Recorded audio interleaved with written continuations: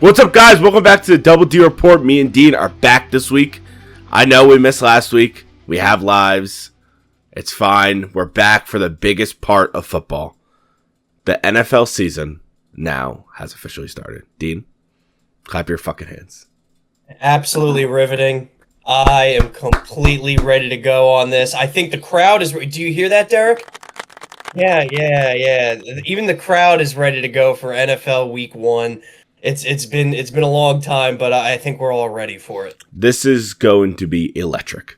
This season, I have a feeling it's going to be amazing, and it started off pretty well for me. By the way, this is the most happy news I've seen in my life.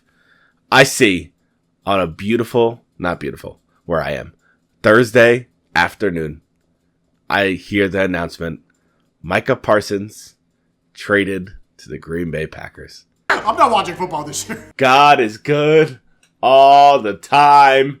Amen. All right, Dean, you and me have had our disagreements about this man. We've both said that, I've said that I think he's a top 5 defensive player. You don't even think he's top 10.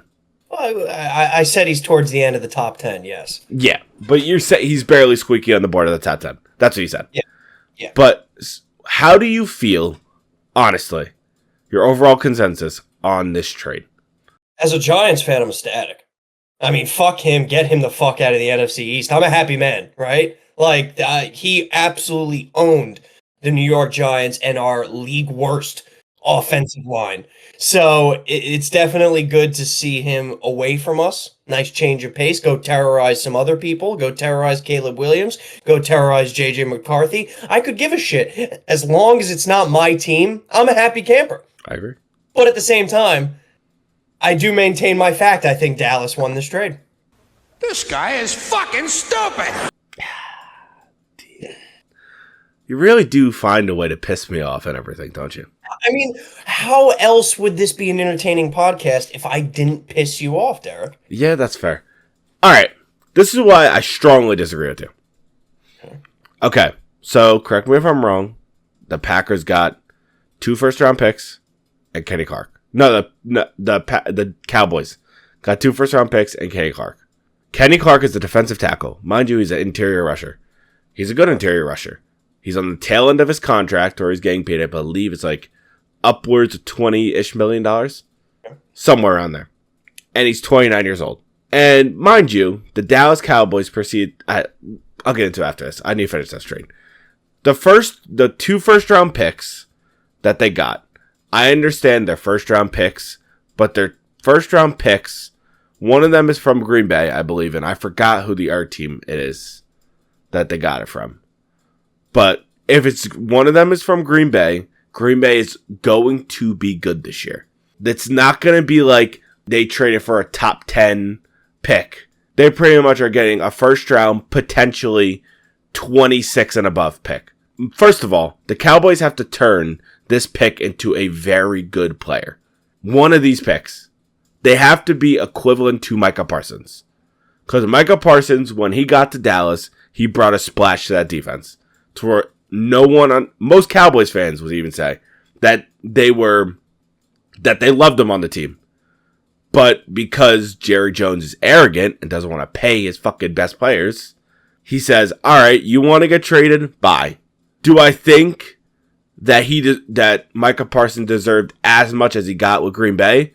I believe it was 4 years, 188. Yep. I think maybe give him 4 years, 170. I don't think he deserves the 188, but I think he should have got paid for the Cowboys, and he should have stayed with the Cowboys. That's number one. But going off the trade, you're pretty much trading a young growing linebacker / edge rusher, Micah Parsons, for an aging Kenny Clark, and 2 first-round picks who can be very bad players. It's very possible, not very bad players, to being bad players. That's why I think the Cowboys lost this trade. Okay. And you're entitled to your opinion, as is most of America, right? Most of America thinks the Green Bay Packers won this trade. Not only won the trade, but absolutely killed the trade, right? I'm not saying this is a bad trade for Green Bay. They get a young edge rusher who, by the way, they are in win now mode, the Green Bay Packers, right? Their window is now. Whereas the Dallas Cowboys, they are not in a win now mode. They do not have the team to win right now. As much as Dallas fans want to tell you they can win now, they cannot. All right? They're probably going to finish either third or last in the NFC East this year. That's just a fact. They are not good enough to make it anywhere near, on my opinion, the playoffs, let alone the Lombardi Trophy. So let's just get that out of the way. Green Bay definitely did what they thought was best for their win now mode. Got to commend them for that. It's a good trade on their end. However, I don't see the argument that this is a bad trade for Dallas. First of all, to further my point, Dallas is not in a win now mode right now, right? So paying an edge rusher $47 million a year, where he is now officially the most paid player in NFL history that is not a quarterback per year. That is absurd. He's not even close to the amount near for that money. He just isn't.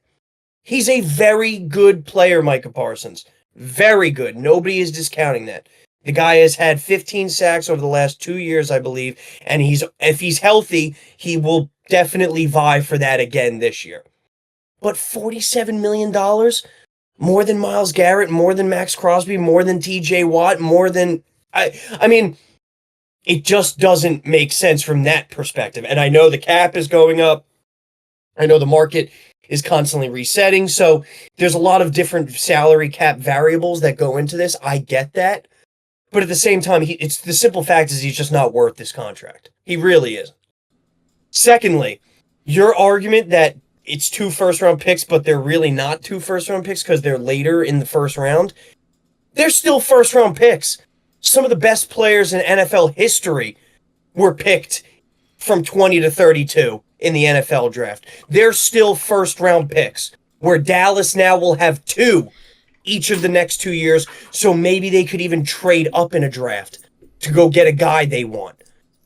That is nothing short of what you're saying. These are still first-round draft picks. While I don't want to give Jerry Jones any props whatsoever, because I hope the old fuck lives forever and gets dementia and brings the Cowboys into the ground, I feel that he did what is best for his team long-term in this trade. And I said that last week. I said that before. I maintain that fact. I think this was a win-win for both teams, in my opinion. I think Micah Parsons went to a good situation. I think Green Bay needed a star on their defensive end in order to win now. And I think Dallas needed to recoup some draft capital and some salary cap for maybe the next couple of years to come because they're just not in a win now mode. That's my opinion on the fact. Sure, most of America disagrees with me. Sure, Derek agrees with me. Derek's a wanker, though, so it doesn't really matter. A wanker? Wanker. But my point is, I think this was a win-win for both teams. I think it was a little bit more of a win for Dallas just because of the situation. He's stupid. Again, it's all opinion based. But how I see it is obviously Parsons wanted a lot of money. He wanted to be the highest paid non-quarterback player in the NFL.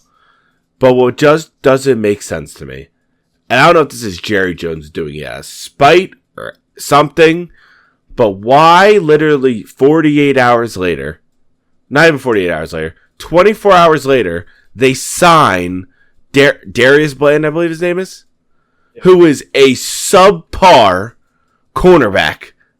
Subpar. Mind you, in that 1 year, he had like 10 plus picks. Oh, whoop-de-fucking-do. In single coverage, he's getting toasted. With no help, he's getting burnt. It's seen on footage. He's up. He only goes for picks. He's like a Walmart night train lane. No, let me talk. Let me fucking talk. And you sign him to a 4-year, $92 million deal. I don't know if your hamster gave up Jerry Jones or if he's dead. Because that's the dumbest shit I've ever seen in my fucking life. I think a flying fucking squirrel could have made a better fucking decision than that. Don't get me wrong. Darius Bland, he gets them picks. He's like a wide receiver at quarterback. But this motherfucker cannot, if he's on a relatively good route runner, he is done. And you just paid him Dean, you're the math guy. What is that? 92 for 4 years? It's like 24 a year. Ridiculous.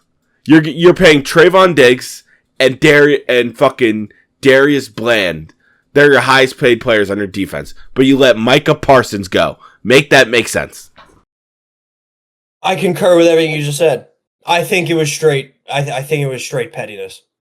Like that's what I truly think. I think Jerry Jones was at the point where he was very pissed with Micah Parsons with the whole negotiation.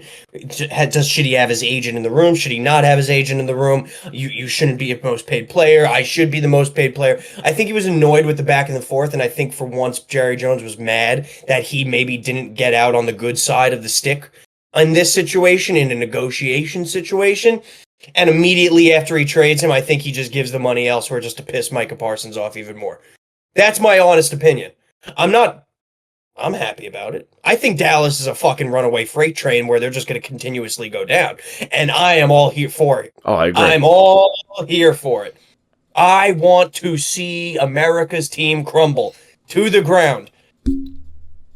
I want to see them crumble like the 1945 Germany Nazis. This is what I want to see. I want them to die.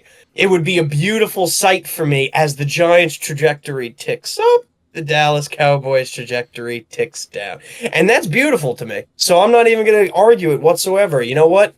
You do you, Jerry. You go out there and you do you, my little furry friend. The one thing that I'm seeing, which like I'm seeing all these interviews of like CeeDee Lamb talking about Micah Parsons, and he looks utterly depressed. I don't think Jerry Jones is a good owner to work for, but on the flip side of that, he pays. So if you're CeeDee Lamb, I just got fucking paid. I could give a shit. And we actually talked about this in a previous podcast, Eric. Most of these NFL players nowadays, they're very selfish. They just care about themselves. They just want to get contracts. So as soon as they get the contract they want, you know what? Who gives a shit? I don't care if my team loses. I don't care if my team wins. Obviously, there are some outliers to that, right? Where the players want to win more than anything. We're not talking about those. I do think CeeDee Lamb is one of those players that he got paid and he could give a shit now. And once again, I don't care. It doesn't matter to me because Dallas isn't going anywhere. No, Dallas is not going anywhere whether or not they sign Micah Parsons, and that's just a fact. Yeah, I agree because they just didn't work on. It's like all they did this offseason is just let their team go. They've built a bad team over the last few years. It's not just this season, right? It's not just this offseason. Last offseason was the start of it, where they chose to go into the offseason with absolutely no running back. With a team that is literally designed to run the ball because you're supposed to have one of the best offensive lines in the game. Yeah. So their entire philosophy has been going downhill over the last few years. And I think they're getting, I'm not saying in any way, shape, or form Dak Prescott is on the same level as Daniel Jones, by the way. Dak Prescott is definitely above him. But I think Dallas got backed into a corner where they kind of had to sign Dak Prescott to that large deal, like the Giants had to sign Daniel Jones to that long-term deals. Same situation, very different players. I'm making that very clear, right? Dak Prescott, I do not believe is a Super Bowl level quarterback, and it's been showing, right, with all the injuries, with a lot of picks throughout his career. So they've just been on a downward trajectory over the last few years to begin with. It's not just this offseason. Agreed. It is a long time coming. Most NFL fans or like NFC fans have been waiting to see the Cowboys like fall like this. Well, you could say it, NFL fans. I think everybody hates the Dallas Cowboys. Yeah. Besides, I think some Cowboys fans even hate themselves. I completely agree. I mean, America's team, you haven't been America's team for 30 years. Get over it. All right? Who is America's team if they're not America's team? We're not talking about that right now. America's team is probably, I mean, if you're talking in terms of wins, if you're talking in terms of success, it's the Kansas City Chiefs. Fair. If you're talking in terms of a team that people just like to watch, over the last 2 years, it's probably the Detroit Lions. Those are two fair ones. But that's a whole different conversation. Yes. But overall, our opinions still stay the same. With Micah Parsons, I wasn't expecting it to change, but I didn't want to talk about it because it was fucking huge. It literally sent shockwaves through the NFL. especially in Dallas, the NFC East. There was actually a parade between the Commanders, the Giants, and the Eagles. They all gathered together. It was amazing.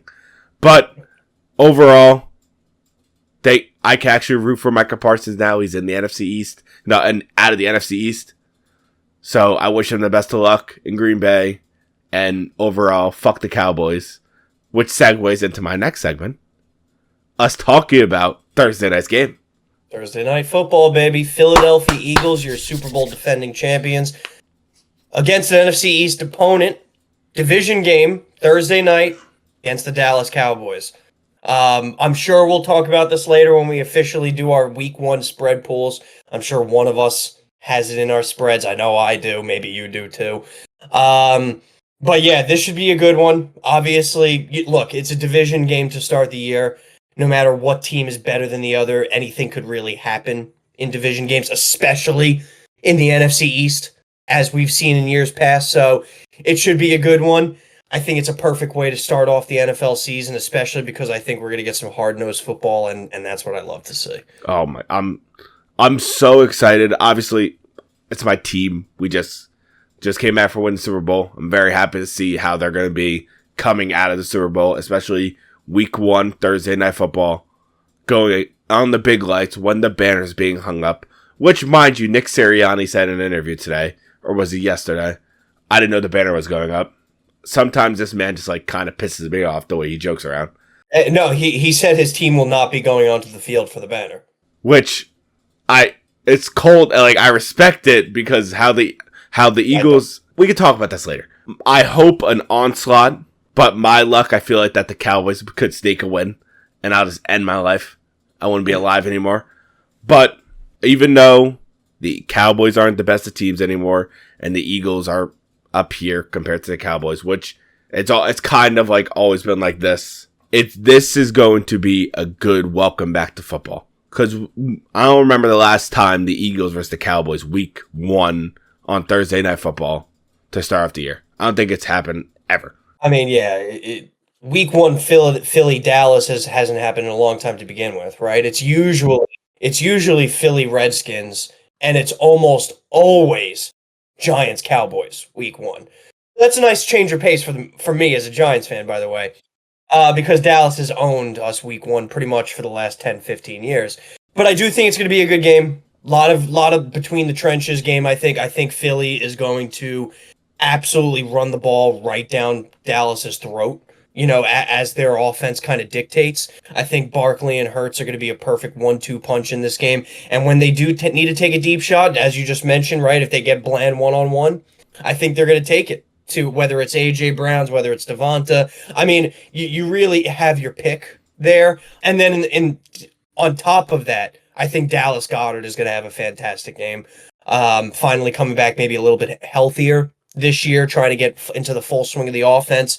I personally realize it's an NFC East game, right? I realize these are division opponents. I realize this is week 1, game 1 of the NFL season. I think the Philadelphia Eagles absolutely pound to ass the Dallas Cowboys on national TV to start the NFL season. I hope so. I really hope so. Obviously, the way I look at the teams, the Eagles do have a way better team, but they have a way better team at every position, Derek. Yes, I know, but it's just you're coming back from winning the Super Bowl. You were at this high, and now you have to bring it all the way back down. You're going to be in a loud Lincoln Financial Field after just winning the Super Bowl. Banner being hung up, rings being given. Well, not technically rings being given. It's going to be chaotic in there. And most teams, even the Chiefs, when they played against Detroit, they struggled that entire game. So it's going to be jitters, obviously, first game of the year. But I do think the Eagles will beat them. But I don't think it's what people are saying it's going to be. I think it's going to be a pretty close game, honestly. Look, and whether or not that has anything to do with you're an Eagle fan or not, maybe you're trying to do a little reverse psychology on this shit, right?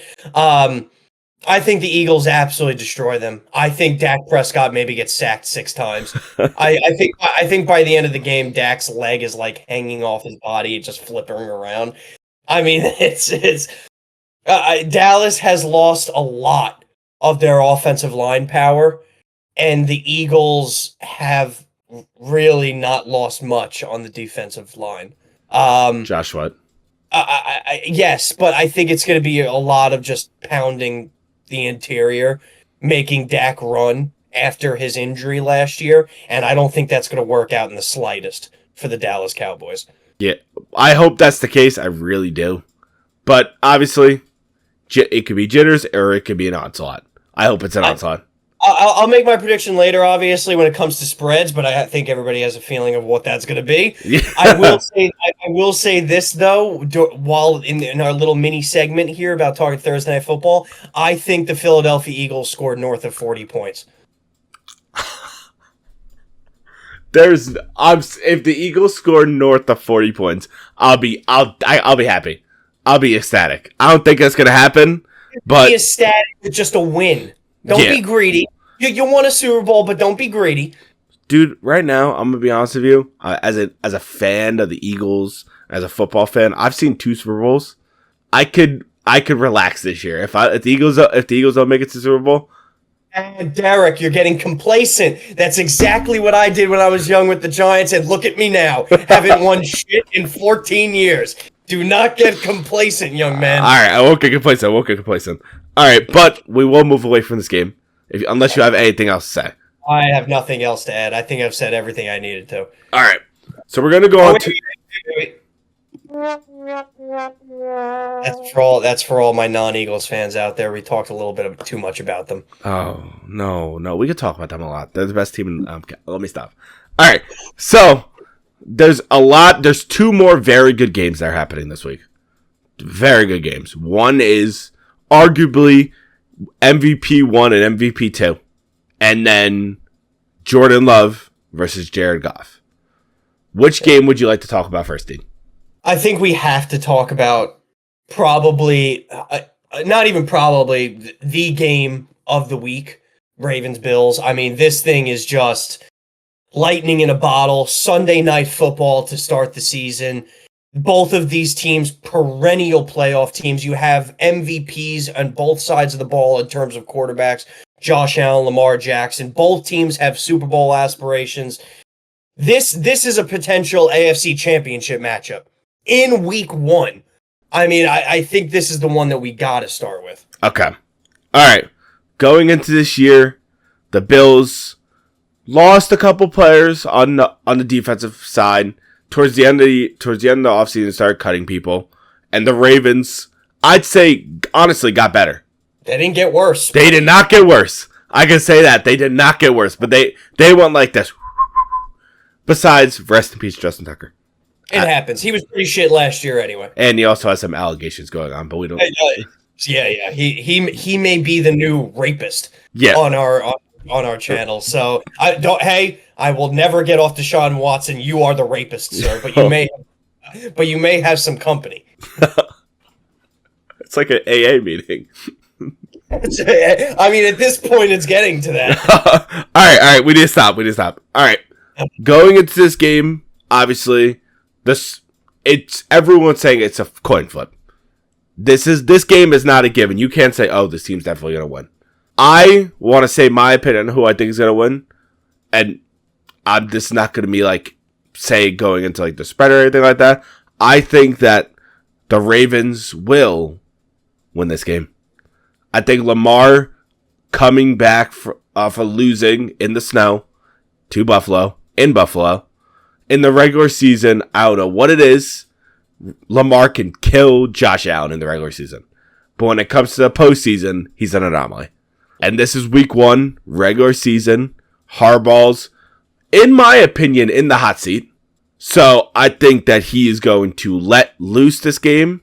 And I think this is going to be not an onslaught, but I think it's going to be a high-scoring game with no defense. Okay. I'll agree with you on that point. I think this is going to be a very high-scoring game, very prolific game where the offensive side of the balls are going to dominate each way, right?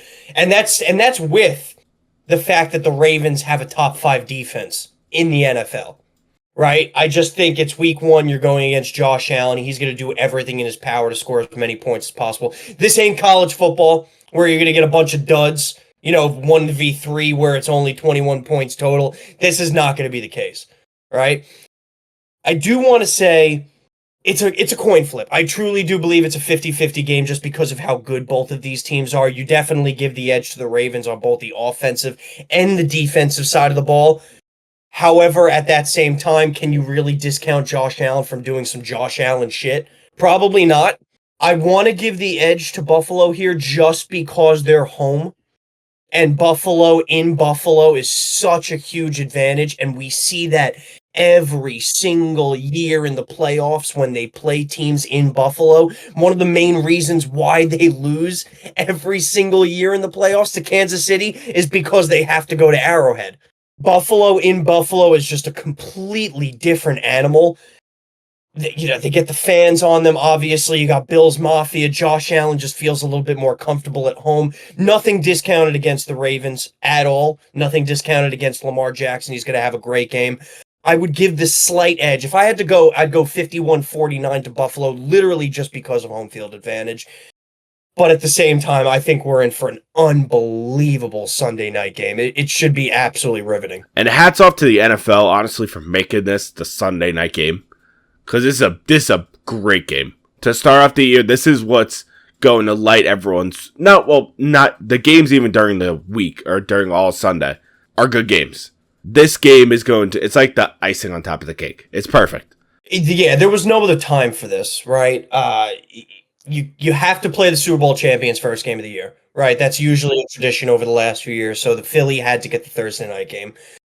I don't think this is a good Monday night game, right? Because Buffalo and Baltimore both have Monday night games later in the year, not against each other, obviously, but they both have Monday night games.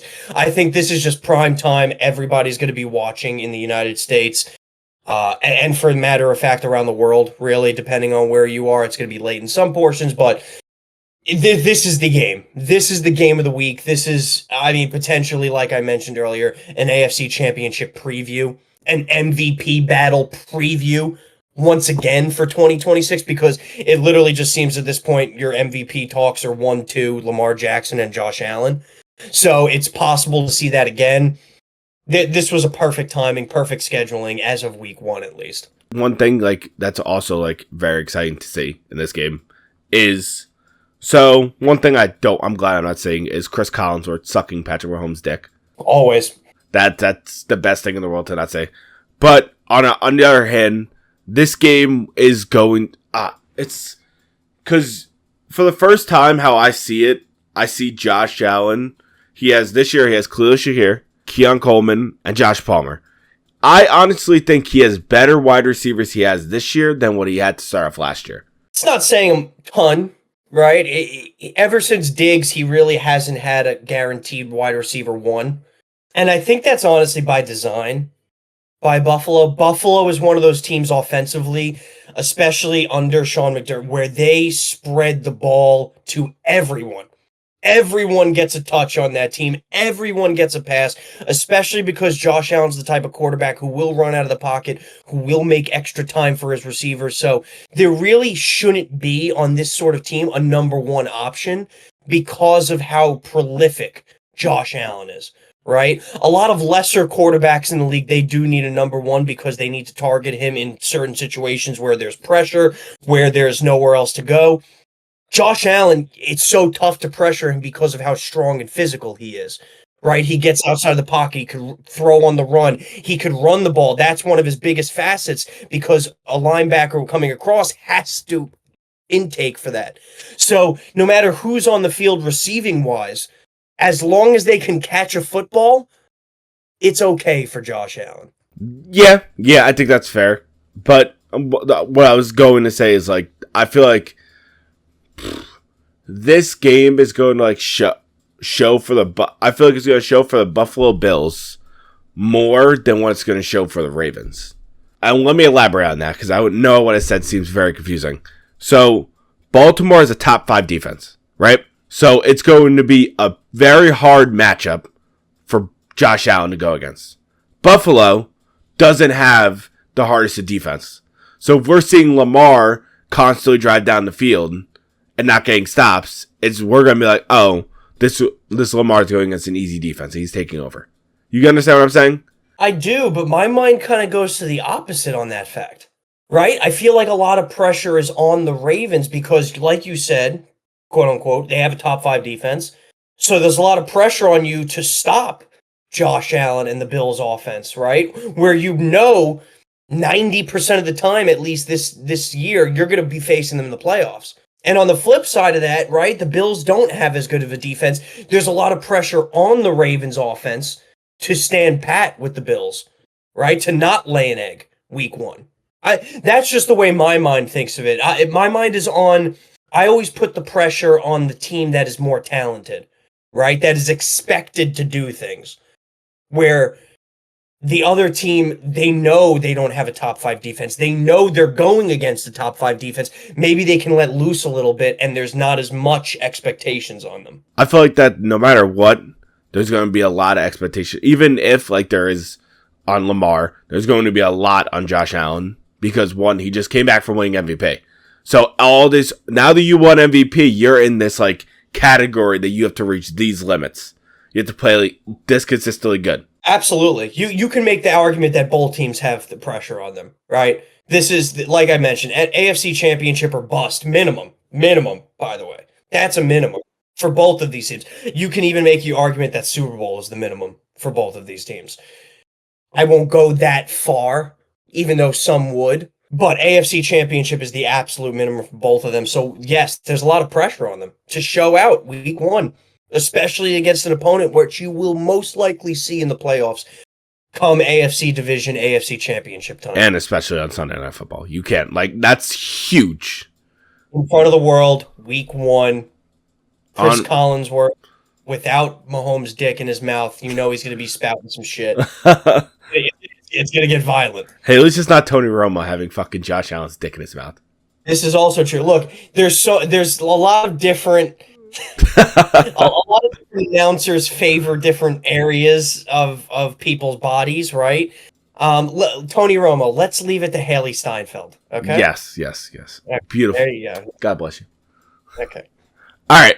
Well, even though this is one of the biggest games of the week, it is the game of the week. There's arguably a number 2. Yep. And it is another divisional game. It is the Green Bay Packers versus the Detroit Lions. This game is going to be absolutely amazing. For one fact. 1, Micah is on a new team. He's on the Green Bay Packers. He's going against their division rivals week 1. That's number 1. Number 2, Jordan Love finally, technically, has a number 1 wide receiver. Even though he's a rookie, he is their number 1. So now we're going to see Jordan Love with an actual solid wide receiver. With a good offensive line, developing offensive line, Josh Jacobs going into his second year, and all these other surrounding role players. Also, stop glazing Jordan Love a little bit. He did have receivers last year. Let's not get crazy. Maybe they weren't ones, but they were good. Trust me, and they're good. All right, I know they're good, but I'm saying Golden is a number 1 wide receiver, and we both can agree on that. We hope he is, yes. Yes. Going against last year's team who everyone thought would have won the Super Bowl. Well, who would have went to the Super Bowl? That's number 1. And who had a chance to beat the Chiefs. But injuries-ridden team, which sucks though, because they still are getting injured this season. I don't know what they did. I don't know who they cut off, but they're injured like a motherfucker. But Aiden Hutchinson, I believe, has a chance of playing this week. I don't know if he's practicing this week, but that would be huge if he's able to play this game. Jahmyr Gibbs, Jameson Williams, Jared Goff, David Montgomery, the Sun God, Laporta. This is going to be a very, very, very good game. It's honestly one of these games to where, like, I don't even want to choose a winner. I just want to enjoy this game. It's going to be great. Division game, to say the least, right? Any time a division game where there's 2 touted teams like this clash in week 1, especially when both teams have aspirations to win, their respective division, in this case, the NFC North, it's going to be a great game. Same thing with Buffalo, same thing with the Ravens. I do think this is another coin flip, 50-50 game. And the exact same reasoning I gave in Buffalo Ravens, Same exact reason I'm giving in this game. I think I'm going to give the edge 51-49 to the Packers just because they're home week 1. To go into Green Bay is no small task, especially, which is a different scenario with the Ravens Bills, especially when you're going against a Detroit team that does play in a dome. It's week 1. It's early September, right? It's not going to be snowing by any means in Green Bay, but you still have to go into Green Bay and beat them, especially if you're looking to do division aspirations. However, similar aspect that we were talking about with Baltimore, Buffalo, I do think Detroit's still the better team. I think it's just a matter of week 1 division opponent.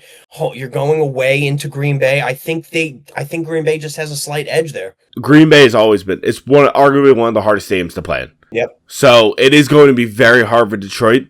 But from what we saw last year in the regular season, even though the teams aren't exactly the same, Detroit absolutely ran over the Packers in every way, shape, and form. So how I see it is this: if they do the Sonic and Knuckles, and they pretty much, there's no one who's guarding Amon-Ra because Jair is gone. They have a couple rookies on the defense, they're good, but it's going to be tough against those wide receivers. Plus McKinney, their starting safety, the Packers, is questionable to play. I haven't heard too much on whether he is trending upward or downward, but that's obviously a huge point in the secondary as well. It's gonna be a tough. If Goff is accurately throwing, it's going to be a very, very, very tough game. Yeah, I think it's going to be on Green Bay to kind of keep up with them offensively. I think both teams have dynamic offenses. I mean, look, the Lions are going to have to stop Golden, Kraft, Christian Watson, Reed, Dobbs. Not to mention Jacobs, who still has a lot left in the tank. They're going to have to stop them. On the same side of the other ball, you said it yourself, Derek. They're going to have to stop the Sun God. They're going to have to stop Jameson Williams. They're going to have to stop Sonic and Knuckles and Laporta Potty. I mean, both of these offenses have phenomenal star power. You're right. I don't see anybody on that defense stopping Amon-Ra. I think he's going to have an absolute field day out there if Jared Goff chooses to do so. And on this other side of the ball, I don't see anybody stopping, like in the middle of the field, which is one of their biggest areas, Green Bay. I don't see anybody stopping, and this is a crazy statement, I don't see anybody stopping Tucker Kraft. He's a young player. He had a very good year last year. He's been gaining that repertoire with Love. I think he's going to be even better this year, especially in a weak middle of the field with both teams are going to have to kind of adjust to their star players. If you're Green Bay, maybe you try to double team Amon-Ra, but then you got Jameson Williams just flying up the field, right?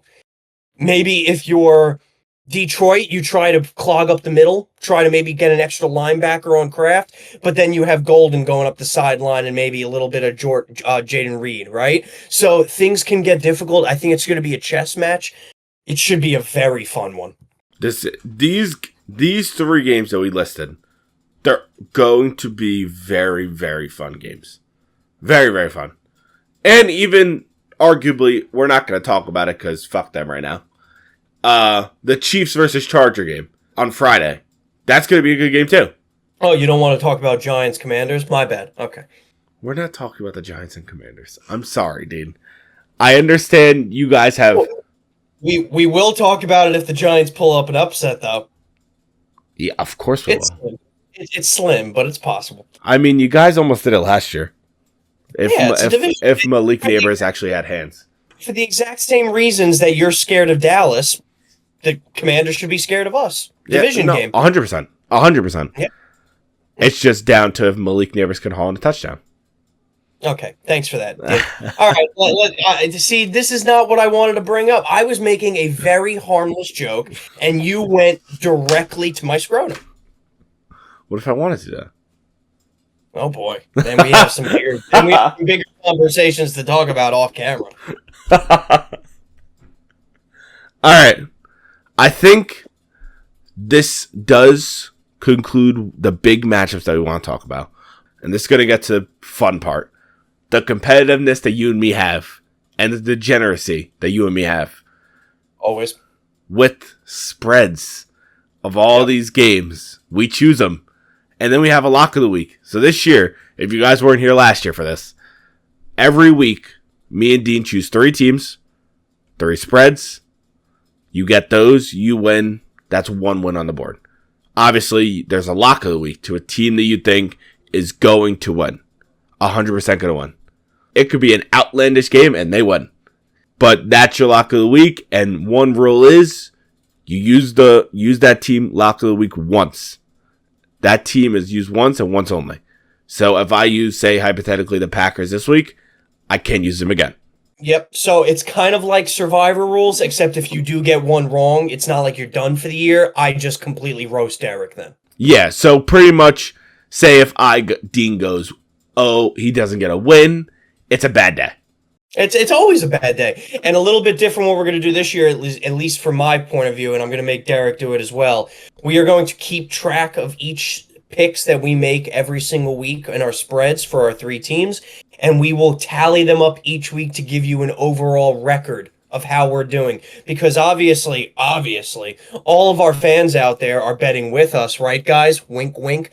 And we want to know if you're up units or down units from our picks. Now, I will say this, and I know it's going to come off a little cocky. Definitely don't take Derek's picks because you will end up down money. Definitely do take my picks because you will win lots of money by the end of the year. That's the biggest bullshit I've ever heard in my life. Okay. That is the most crazy thing I've ever heard in my life. If obviously, gamble responsibly. Responsibly. Don't put your entire paycheck. Don't do any of this. Make smart. Could put your Shut up, Dean. Shut the fuck up, Dean. Shut up. Okay. Stop. Okay. Bet responsibly. But right now, no money involved. Me and Dean are going to have fun with these spreads. Dean, would you like to go first or do you want me to go first? Absolutely. Thursday Night Football, I'm taking the Philadelphia Eagles minus 7.5. Book it. Done. Fuck you. We're cursed. We're going to lose by fucking 14. Fuck you. Eagles minus 7.5, as I mentioned earlier in the podcast. I think they score 40-plus points. I think Dallas scores less than 14 points. Damn. So an alternate spread, if you really want to get crazy with it, Eagles minus 25. Oh my! You know what's crazy? You've done these before, these alternate spreads, and you've hit on one of them. Well, the one that I did, which I believe I remember last year, was the Lions. I took them like minus 30. Yeah, I think it was against the Jaguars. And it won. All right, so I'm gonna put this in parentheses in my notes. Eagles minus 25, just to see how things go. Okay. I'm not gonna go with my team, unfortunately. I'm gonna go with the new and up and coming team, though. I'm gonna go with a new head coach, Mr. Vrabel. I'm gonna go with the New England Patriots minus 2.5 against the Raiders. I'm going with that honestly, based off the fact is that the Raiders, in my eyes, I don't see them being that good. Okay. And the Patriots team overall just got so much better. Drake May actually has weapons to throw to, has a good person to hand the ball off to, has a solid O-line. I think this is the time for them to be good. Yeah, I like it. I think that's very good. I think the Patriots are an up-and-coming team, so I kind of agree with you on that one, which is scary. However, I'm not going to choose that team. I'm going to go with another one, which I think is quite literally a gimme. And these have hurt me in the past. However, I'm going to do it week 1, right? This is a gimme pick, in my opinion. The Dolphins, plus 1.5. They are underdogs against the Daniel Jones-led Indianapolis Colts. I am taking the Dolphins plus 1.5. I'm taking them to win outright. I don't see a snowball chance in hell. I don't see it's not even possible, in my opinion, that the Indianapolis Colts come out of this one with a win. I honestly don't know what bet these odds have to change. I don't see the Dolphins going into Sunday not being the favorites. These odds have stayed the same for the last 48 hours. I've been checking. So I don't know how this is possible, but that's a great pick. It's kind of a sneaky pick because they're not. Yep. But good pick, Dean. Good pick. I'm going to go with a shocker. It is going to be in the NFC. It's going to be in the NFC East. Oh, yes. I'm going to take the Giants plus 6.5 against Washington. Attaboy. I honestly think I don't know if they're going to win, but I do think it's going to be a very close game. Because what I've seen from these two teams when they do verse each other is they're always close games. It's never a blowout on one-sided. So I see it being a close game. Always close games. The Giants have had the edge over the last 5-6 years, right? Both teams have sucked in that time, so that's not really saying too much. Giants have vastly improved their team this offseason in pretty much every significant area, maybe except offensive line, but we always have the worst offensive line in the league, so really don't put too much stock into that. And who knows? Maybe. I'm not saying this is probably going to happen because Jaden Daniels is one hell of a talent, but maybe Jaden Daniels has a little bit of a year 2 regression. Maybe. Possibly. I don't know. But I like it, Derek. I respect you for taking it. You're a good man, but I hate you at the same time. Fair enough. Okay. My third and final spread pick game. Now, I thought long and hard about this one because there are a lot of different games around the NFL, a lot of close spreads in week 1, right? I was thinking the Patriots, decided against it, right? I was even thinking the Carolina Panthers plus the points against Jacksonville, decided against it, right? I think Jacksonville may have a little sneaky comeback year. I don't want to get too in deep, but however, my third spread pick, going to take a favorite. I'm going to take the San Francisco 49ers minus 2.5 in the 12th man in Seattle. I don't think Seattle's that good. I think Sam Darnold is garbage. I think the 49ers are going to have a nice comeback year. I think they started off with a good win. I think they win by at least a field goal. I think this was an easy one for me. All right, that's fair. I don't hate it. This is not one I'm like, fuck you, Dean, don't pick this one. But moving on, I'm going to go to a team that you did mention, actually. Okay. I'm going to take the Panthers plus 3.5 against the Jaguars. Based off the fact is, I'm riding. Don't get me wrong. We both did agree that Jacksonville is going to win that division. I do strongly agree with that. But I don't know what it is this year. I just have a good feeling about Bryce Young. I think that kid is going to show out, and him with Tatoria McMillan, if he does play, because I know he's questionable, even though he has been practicing limited. But I think that they're going to win this game in a very close battle, and it's going to be cool. I hope we see McMillan versus Travis Hunter, wide receiver on cornerback. That would be cool to say. Yeah, could be. But I like it. That's my third pick, and then Dean, now it's on to your lock. Absolutely. Once again, in my humble opinion, I think this is a very easy lock, especially with the new rule we implemented where we cannot pick this team again. I don't see another scenario this year where I would pick this team, so I think this is a perfect opportunity to take them against quite possibly the worst team in the NFL heading into this year. I am going to take the Arizona Cardinals against the New Orleans Saints. I'm going to take the Arizona Cardinals to win outright. That is my lock of the week. Oh, thank God. And just to give you guys a little bit of insight on the spread for itself, the Arizona Cardinals are minus 6.5. I would even take that. However, locks of the weeks are just money lines. I'm taking the Arizona Cardinals. Okay, I was afraid you were going to take mine, but you didn't. I'm going to go with the team who's actually versing the worst team I've ever seen in mankind, who has one of the most overrated picks I've ever seen in mankind. Well, actually, I haven't seen him play yet, so I can't talk shit. To say that, I don't know, Derek. I can't speak after I see him. I need to see him play. But yeah. I'm going to take the Broncos over the Titans. The Broncos, I think this will be a good time for the Broncos to be a lock of my week because they have a great defense, and they have Sean Payton and Bo Nix working together in their second year with their team getting better with more rookies, Cortland Sutton, all this and the third. I see them absolutely decimating the Titans to where Cam Ward will struggle to be running away from that defensive line. Yep. Once again, this doesn't count, but I will say it for all the viewers out there. The Broncos heading into this week are minus 8.5 point favorites. Derek, do you venture to say they cover the spread, or do you say they win but don't cover the spread? They're covering the spread. Their coverage. So you say it's an absolute blowout. I think they win by like 14, honestly. 14, 17. Okay. But, Dean, Cool. that concludes our picks. Our first picks. I like it. I think that was a very lively week. I hope we both succeed exponentially this year. For anybody who wants to tail us, any viewers who want to tail us, don't tail Derek. But I think it's going to be very good moving forward. I think me and him learned a lot last year, depending on our picks, right? We kind of finished mediocre. If I had to guess, we both kind of finished around 500, maybe me a little bit lower, transparently. I think we actually both finished 500. That's fine, right? I think we both finish above that this year. I think we're seasoned veterans, even though Derek's a dumbass. I think we're both so much smarter than we were last year, which is exponential for Derek, by the way. Say one more thing.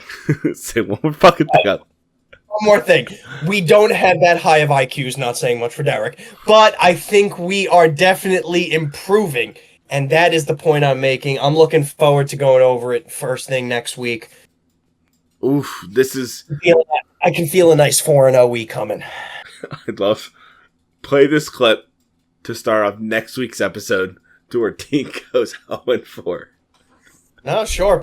How about this? Play it when I go 4-0. Oh, no, Dean, that's not good. That's not good, buddy. That is not good.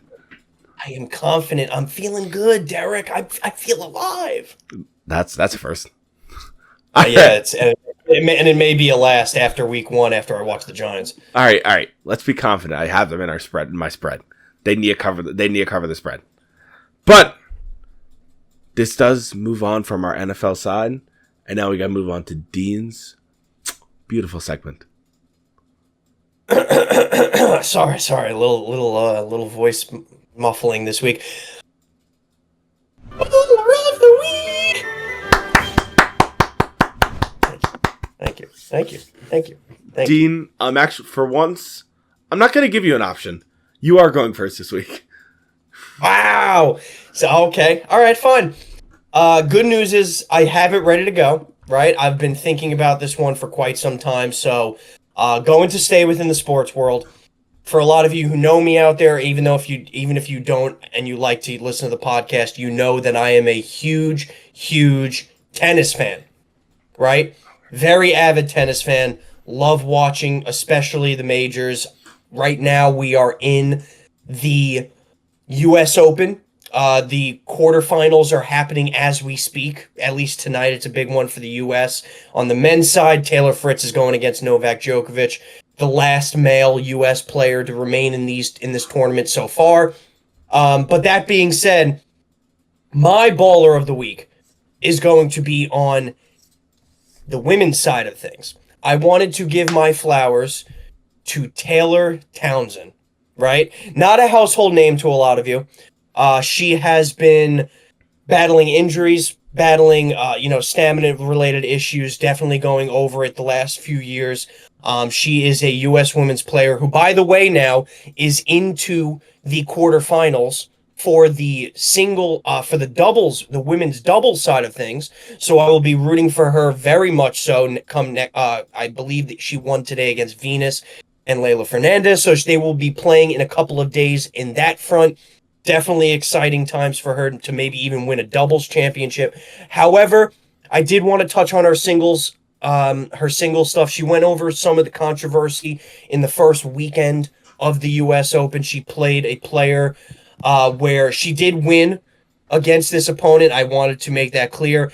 But that opponent had some very choice words to say about her after the match, saying that she was uneducated, saying that she was not professional in any way, and I think that left a bad taste in Townsend's mouth. She handled it with grace. She handled it with gusto, and not only that, she went into her next match, which she was an underdog for, against the 5 seed Andreeva, and won that match in the 3rd round. The opponent I'm talking about is Ostapenko, but I really don't want to give her any much credit. Taylor Townsend then went into the 4th round, where she has not been in a final in a major championship since 2019. So a major accomplishment for her and for her career.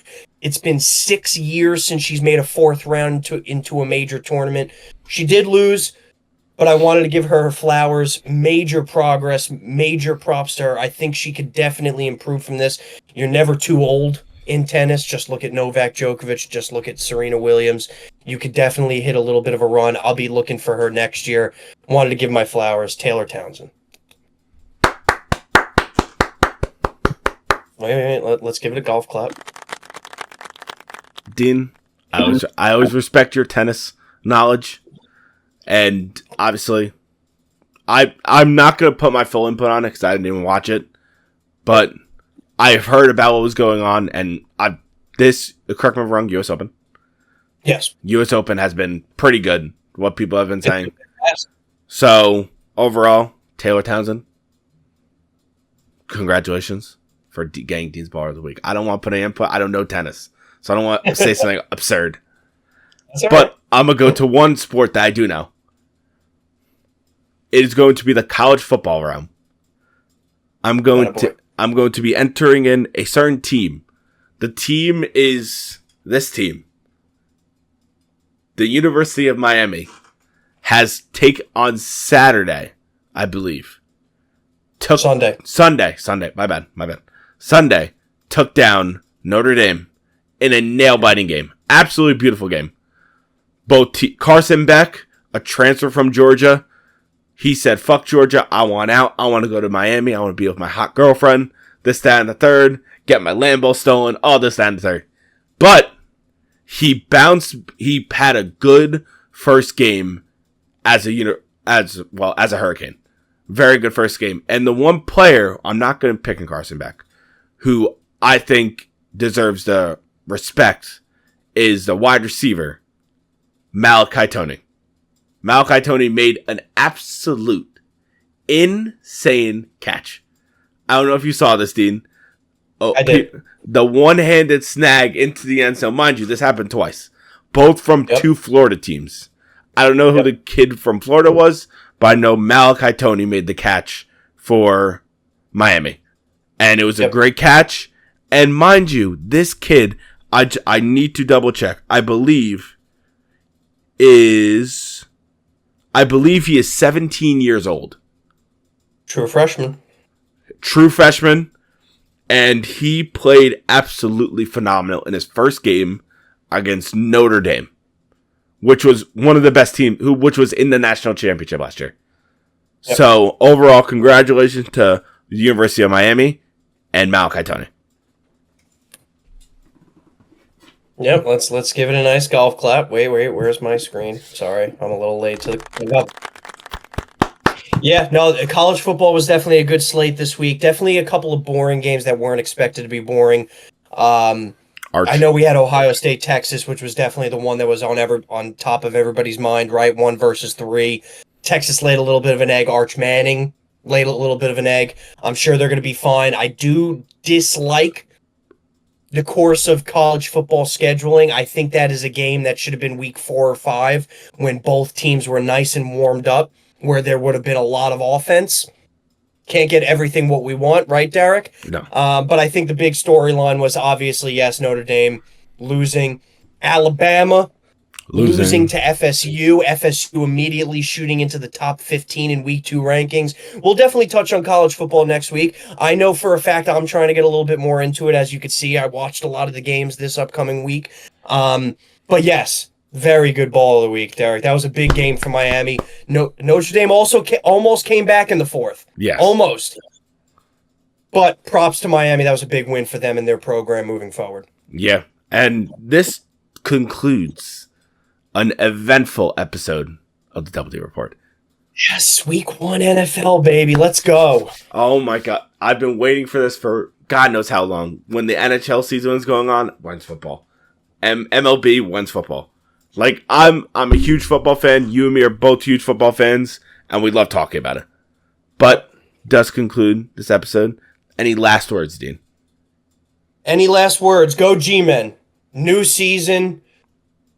Start the upward trajectory. If you're going to lose on Sunday, make it competitive. If you're going to win on Sunday, God, I'm already horny.